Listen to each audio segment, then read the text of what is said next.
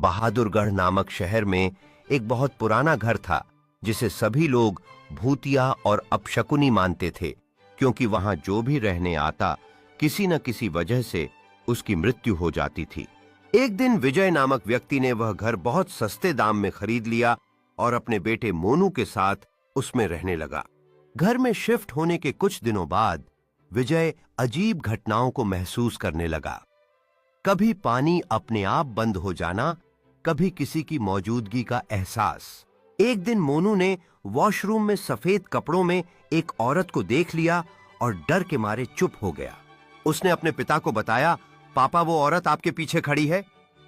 इतना सुनते ही विजय मोनू को उठाकर तुरंत घर से बाहर भाग गया। बाहर निकलते ही विजय ने मोनू को कसकर पकड़ लिया और मन में ठान लिया कि वह कभी उस भूतिया घर की ओर नहीं लौटेंगे। भूतिया घर को पीछे छोड़ते हुए विजय और मोनू ने एक नई शुरुआत की ठानी, जहां डर और अंधेरे के साए से मुक्ति मिले। एक डरावनी रात थी। अंधेरे में सिर्फ चांद की हल्की रोशनी थी।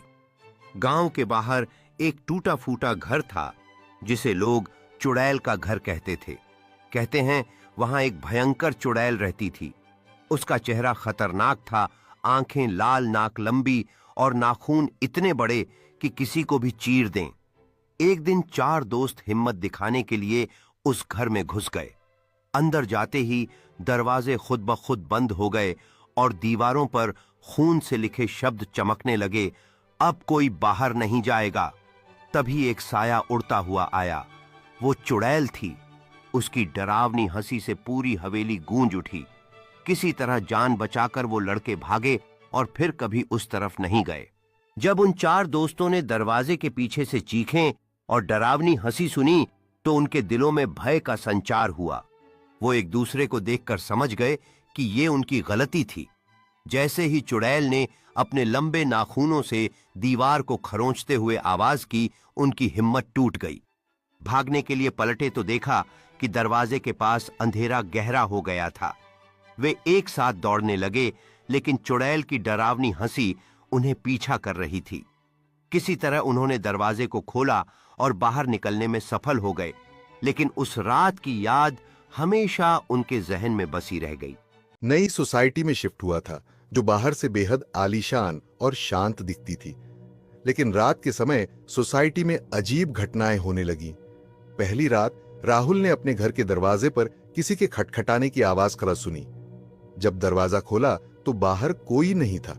उसे लगा कि शायद हवा का असर है, लेकिन अगले ही पल लाइट्स अपने आप झपकने लगी। राहुल ने सोसाइटी के गार्ड से पूछा तो उसने बताया कि इस सोसाइटी में सालों पहले एक भयानक हादसा हुआ था। पूरी एक बिल्डिंग के लोग एक ही रात में गायब हो गए थे और अब वे वापस आते हैं। रात को राहुल ने खिड़की से देखा कि सोसाइटी के पार्क में अजीब परछाइयां वो घूम रही थी। जब वह बाहर गया तो वो परछाइयां उसकी तरफ बढ़ने लगी। राहुल भागने की कोशिश करता रहा, लेकिन दरवाजे और खिड़कियां अपने आप बंद होने लगे। अब उसे एहसास हो चुका था कि वह एक भूतिया सोसाइटी में फंस चुका है, जहां से बाहर निकलने का कोई रास्ता नहीं था।